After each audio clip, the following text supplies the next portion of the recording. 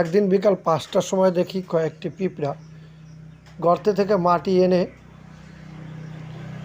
বাইরে রাখছে, অর্থাৎ গর্ত খুঁড়ছে। দেখেন কাজের ব্যস্ততা।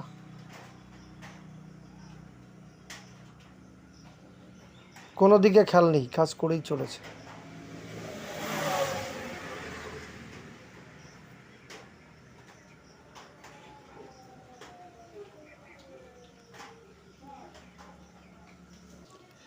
তার পরের দিন অর্থাৎ এক রাত পরে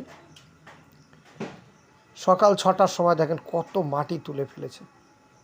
সারা রাত অক্লান্ত পরিশ্রম করেছে পিঁপড়েগুলো, কোনো বিরাম নেই তাদের কাজে।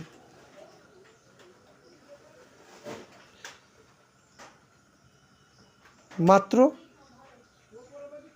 12 ঘন্টা পরে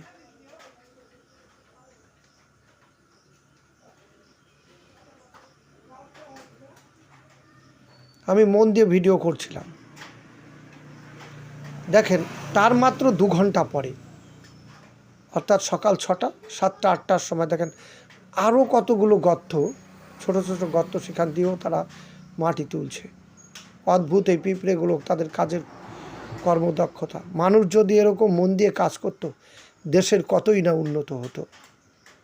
আমি অবাক হয়ে গেলাম পিঁপড়েদের কঠোর পরিশ্রম দেখে।